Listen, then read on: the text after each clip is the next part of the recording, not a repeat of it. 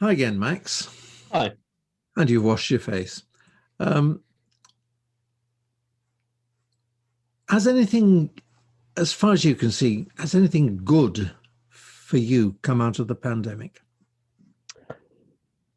Well, at the start, I was really worried about losing a lot of my friends, but I think the fact that there's been social media has really made it easy to stay in contact with them. And I think a good thing that came out of it was the fact that I value my friends so much and I respect everything that they've done for me over this last year because it would have been a lot harder if I had no contact with my friends or my loved ones. Yeah, I think that's one of the only good things to come out was just really the fact that I've connected with so many more people and I've become stronger friends with a lot of people due to social media and Zoom and playing video games. And I think that's one of the good things that's come out of it, thankfully. that's really interesting. Um, One of the big differences between your generation and mine, and the generation in between, the one that your parents really come from, um, is that though we didn't experience it ourselves, I was born in 1949, and everyone who taught me, either at school or university, and my parents, went through the Second World War. And some of them actually went through the First World War. And they knew what death was and sudden disruption and despair and collapse. Uh, we didn't know that. We were the welfare state generation, but we knew in the background that that could happen because that had happened to people who had the most influence over us. And I think that that has had an effect upon my generation. Whereas I notice that your generation hasn't had that. Uh, and when something tragic or something irreparable happens, it very often takes them so much by surprise that they really don't know what to do. I'll have told you the story about the parishioner I had in Eltham, Mm. who was dug out of the wreckage of Woolworths at New Cross when Hmm. the flying bomb hit it in 1944. She was alive, but her best friend that she'd gone to the canteen with was dug out dead. And I remember her saying to me, well, we just had to get on with it. You know, there was Mm. nothing else to do but get on with it. Um, and I've never forgotten that conversation because that's precisely what um, my parents' generation had gone through. Uh, Yeah. What I would say is like you're talking about them not having any help, and I can really hear that because back then there was no big um like th big thing around mental health. no, Mental health wasn't a big thing back then. no, I mean, it was a big thing, but obviously no one talks about it ever. nobody talks about it. And nowadays, it's a lot of what people talk about, and I think that's really good because I think that's what's also helped people through this is the fact that they can talk to a lot of people about it. But if this happened during then, I don't think people would have spoken about it, and I think it'd been a lot worse. So I see where you're coming from. Well, yeah, I just don't know how No, we would have coped.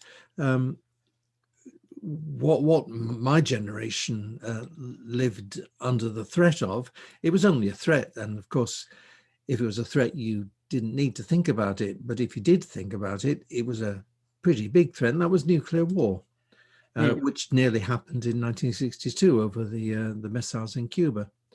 Um, and my parents' generation were obviously determined that that wouldn't happen again, and they kept us away from death. So it death came as something of a surprise to us. But what I've noticed during my ministry is it comes as an outrageous shock Yeah. to generations beneath me, to the extent of it isn't right that life should be taken away, whereas earlier generations, and I suppose I'm the very part of the very last generation that took it as a matter of course, even though we didn't have to experience it. Death was just a natural part of human existence. Has it affected your views on death? The pandemic, I mean. I don't think not personally. No, I don't think. You don't know anybody who's died from COVID-19? I don't know anyone who's died from it. No. I barely know anyone who's actually had it. And I don't think it really did. It was worrying how the death rate was really skyrocketing during the first peak, and now it's done it again, and it's picking up a lot again. Yeah. And that is quite scary, because I think like 1 in 30 Londoners now have the virus, and that's scary, because that's like 1 in a classroom of children. Oh yeah. Have the COVID. Yeah. Which means it hasn't really scared me as much, because I feel like I'm quite a healthy person, and I've heard it doesn't really latch onto that healthy of people, because the healthy bodies apparently can fight it a lot easier. But there's always a risk, and I think that risk was always in everyone's mind. About there is always a chance that you get it, and there's always a chance that you get really ill from it. And there's a chance that you won't get better from it. And Obviously, 100%. Not getting better from it, you'll die. Yeah.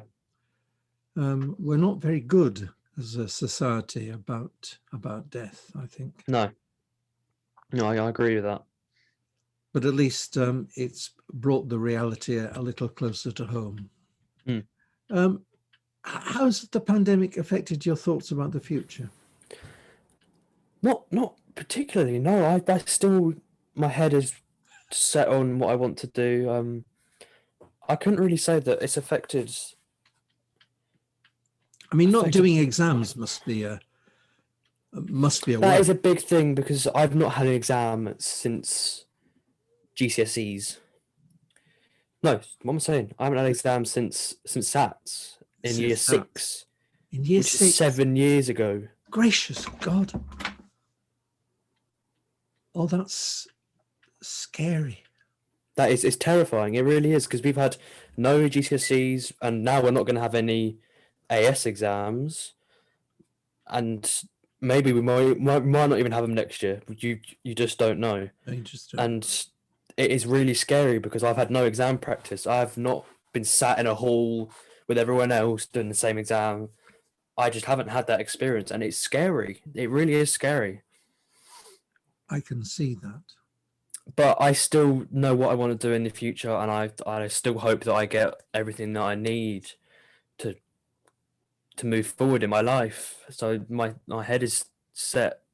I wouldn't say it's changed my views on the future.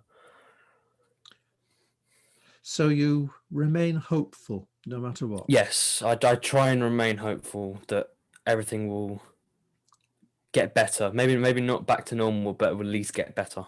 Well, it'll be a different normal, won't it? It will be 100%. There'll be a before COVID and after COVID. Yeah, well, in my case, I suppose I have to get used to the idea of a new adventure, which is death. And when that moment comes, I've no idea, and I've no idea how I shall face it.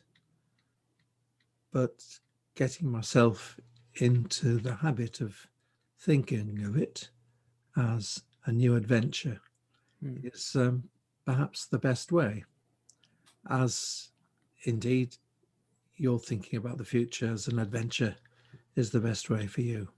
100%. Everything's an adventure. You just go from adventure to adventure to adventure. Yes, with the plateaus in between. Yes, obviously. This is quite a big plateau, isn't it? And it might be the start of something good. Well, You never know. Let us hope so.